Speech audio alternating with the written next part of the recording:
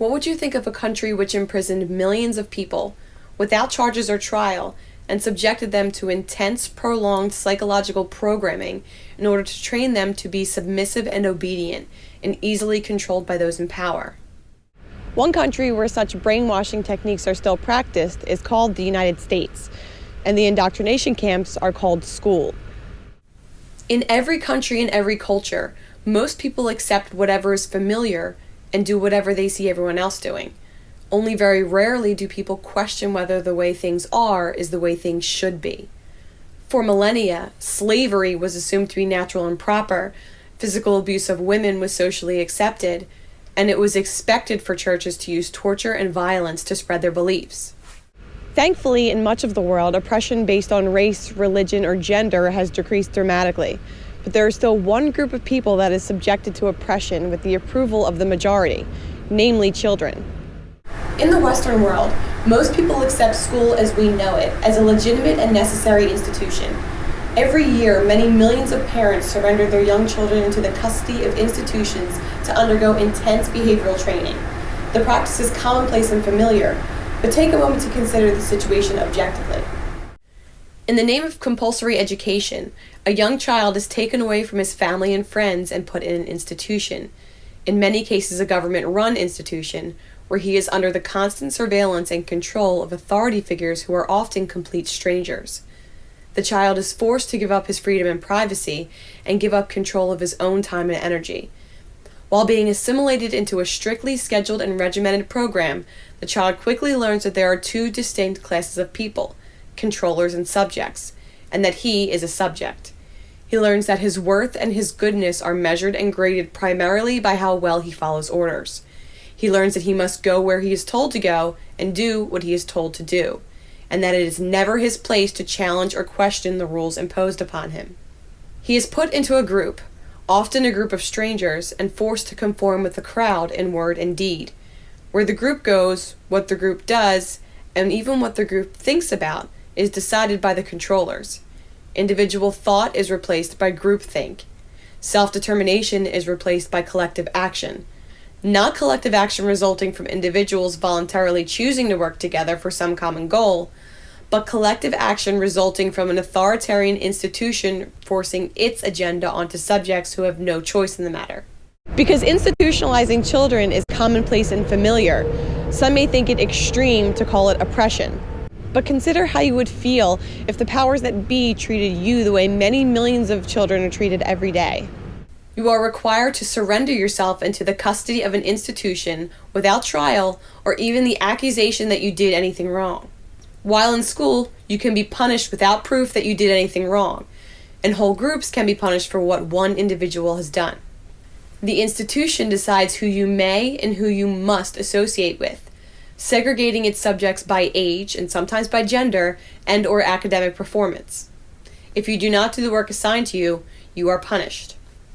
You may speak only when the controllers say so and only about what they tell you to speak about. You may be punished for criticizing the controllers. If you are questioned, you may be punished if you do not answer. Your person and belongings may be subjected to arbitrary searches.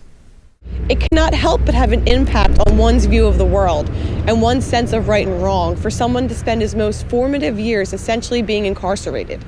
If that term sounds extreme, consider a few of the ways in which school resembles prison.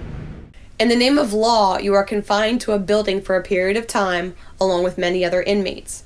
Whether it's called a prison count or taking attendance, you are regularly counted to make sure no inmate is missing. If one is, government agents may try to find the escapee and bring him in. Even on the inside, where you can be and when, is strictly regimented. Loud bells tell you when you must move to somewhere else. For a little time each day, you're allowed to go out to the prison yard for recess. But of course, you're still not allowed to leave the grounds. If you misbehave, you will be put in special housing or detention. And inmates often spend time watching the clock, eagerly awaiting the time when they are set free. Being stuck in such conditions, day after day, with no means of escape, often leads to frustration, depression, even violence. In this setting, where many strangers are forced to be together for a prolonged period of time, it is natural for bullying to occur, and for cliques or gangs to form, as those being held captive look for any way to feel powerful in a situation where they know that their lives are not their own. Of course, different schools have very different environments, some almost indistinguishable from violent prisons, others very safe and clean with friendly teachers who genuinely care about their students. But in almost all schools, children are learning things that have nothing to do with the subjects of their classes. For example, the setting of an authority figure lecturing a class trains children to look to an authority to tell them what is true and to tell them what is worth knowing, instead of thinking of truth as something the individual should seek and discover on his own. Students also learn that it is not up to them to solve problems, create solutions, or settle disputes, but that they should instead always look to an authority figure for such things. They learn that they are not in charge of their own lives, that obedience is their only duty, and that the people in charge will take care of everything else. What is often called education is, in reality, a perfect scale model of totalitarianism. And to spend one's most formative years in such an environment trains one to become accustomed to being treated this way, and to think of that situation as normal and acceptable. The purely artificial setting gives the students no practice, no experience, no training for living life as free individuals in charge of their own lives, but gives them plenty of practice, experience, and training for living life as the subjects of an authoritarian regime. And this is not coincidence. The entire Western education system was modeled after the Prussian indoctrination system, and those who designed that system openly admitted that their purpose was to create a population of easily controlled subjects who would blindly obey the ruling class. As one of the main architects of the Prussian system explained, the goal was to program students in such a way that they would have no will of their own, but would want only whatever those in control told them to want. This is what the American education system is modeled after, and sometimes the indoctrination is downright flagrant. Every day, millions of American school children who are too young to even understand the words they are saying are required to robotically swear undying allegiance to an authoritarian government and the symbol which represents it. For a little perspective, imagine the same exact scenario, but with the youth being forced to swear allegiance to a different flag and a different republic. Any child who refuses to say the pledge will likely be subjected to ridicule and punishment by his fellow students and by the authority figures. As a result of their prolonged ritualistic training, most Americans still do not want to see the Pledge of Allegiance for what it really is, nationalistic brainwashing. Incidentally, the pledge was written by Francis Bellamy, a nationalist and socialist, who pushed to have a flag in every classroom where children could swear allegiance to the Republic while performing what became known as the Bellamy Salute. Americans may be quick to recognize the mind control tactics which foreign regimes have used to train their youth to feel love and loyalty to their rulers, but may be reluctant to recognize that many of the same repetitive rituals, the same methods of indoctrination and behavioral training, are still being used in America today under the guise of education. This is not to say that American teachers are all in on some malicious plot to enslave future generations. Many teachers mean well and are doing what they can inside the framework of the system to impart knowledge to their students, and many make an effort to teach students to think for themselves. But in this setting of controllers and subjects, commanders and obeyers, students cannot help but learn subservience and mental and emotional dependency.